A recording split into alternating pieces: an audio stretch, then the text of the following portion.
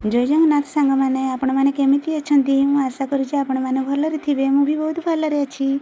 आज हमर दुर्गा पूजा पई जिनिस आसी गला जेते बडे पूजा पर्व आसे ना हम दुकान पई 8-10 दिन आगरु माल आसी जाए।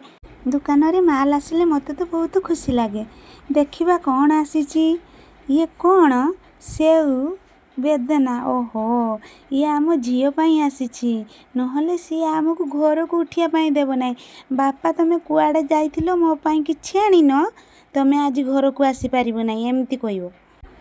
तापरे दुकान जिनिस गुडा बाहरिला टिकिली छोट पिलांको चूड़ी कान फूल ए देखंतु टॉप तापरे झुमका चूड़ी सेट चूड़ी एते नेकलेस ए टॉप कान फूल गुडा तो मस्त होईची।